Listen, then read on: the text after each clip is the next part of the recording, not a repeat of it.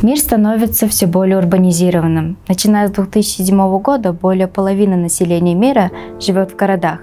Быстрая урбанизация приводит к росту числа обитателей трущоб, неадекватности и перегруженности инфраструктуры и услуг, таких как сбор отходов и система водоснабжения и канализации, дороги и транспорт, ухудшение ситуации с загрязнением воздуха и незапланированным разрастанию городов.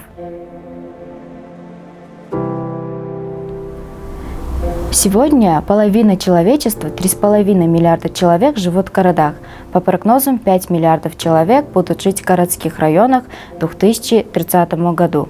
В ближайшие десятилетия около 95% роста городов будет происходить за счет развивающихся стран. Сегодня в трущобах живет 883 миллиона человек. Большинство из них проживает в странах Восточной и Юго-Восточной Азии. Общая площадь городов мира составляет всего лишь 3% суши Земли, однако на них приходится 60-80% потребления энергии и 75% выбросов углекислого газа.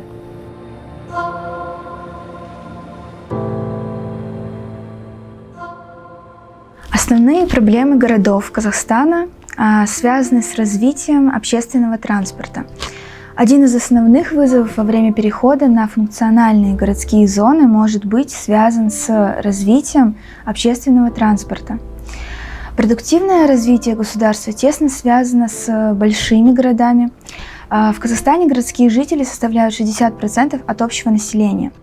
В частности, из-за проблем с общественным транспортом жители пригородных зон зависят от индивидуального транспорта, то есть частные автомобили. Это, в свою очередь, приводит к дефициту транспорта и заторам, что снижает эффективность городского центра в целом.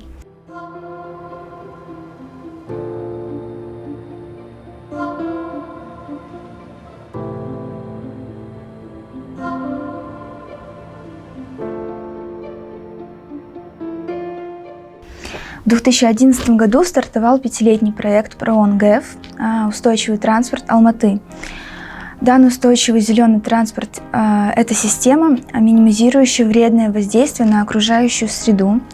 В частности, это развитие общественного транспорта среди краеугольных задач, то есть увеличение на 20% доли поездок на общественном транспорте к 2023 году. А также пешие передвижения или езда на велосипеде, транспортно-ориентированное городское планирование и землепользование, которое сокращает потребность в поездках. Согласно проекту, городу необходимо разработать и внедрить к 2023 году интегрированную сеть скоростных общественных перевозок, которая будет базироваться на электронной системе оплаты билетов и информации для пассажиров. И должна включать линии метро, 2 линии легкорельсового транспорта ЛРТ, 5 коридорных скоростных автобусных перевозок БРТ. Одним из компонентов проекта стала разработка комплексной системы организации дорожного движения КСОД до 2023 года, в основе которой интегрированный подход к транспортному планированию.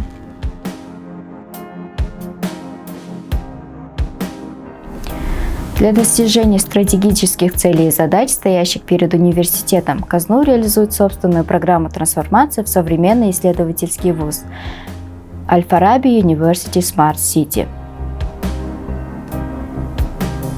Модель Аль-Фараби University Smart City разработана на основе идеи учения Абу Насра ибн Аль-Фараби об идеальном городе. Технологическая платформа университета базируется на проекте eCampus.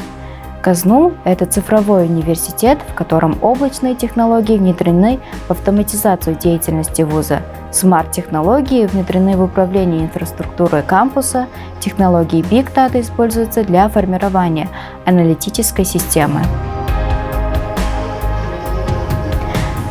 В целях трансляции опыта крупных инновационных корпораций в университете созданы и активно работают научно-образовательные центры Hewlett-Packard, Cisco, Konica Minolta, Fujitsu, Samsung, Alcatel, лаборатория Касперского, Microsoft, Intel, Huawei и другие.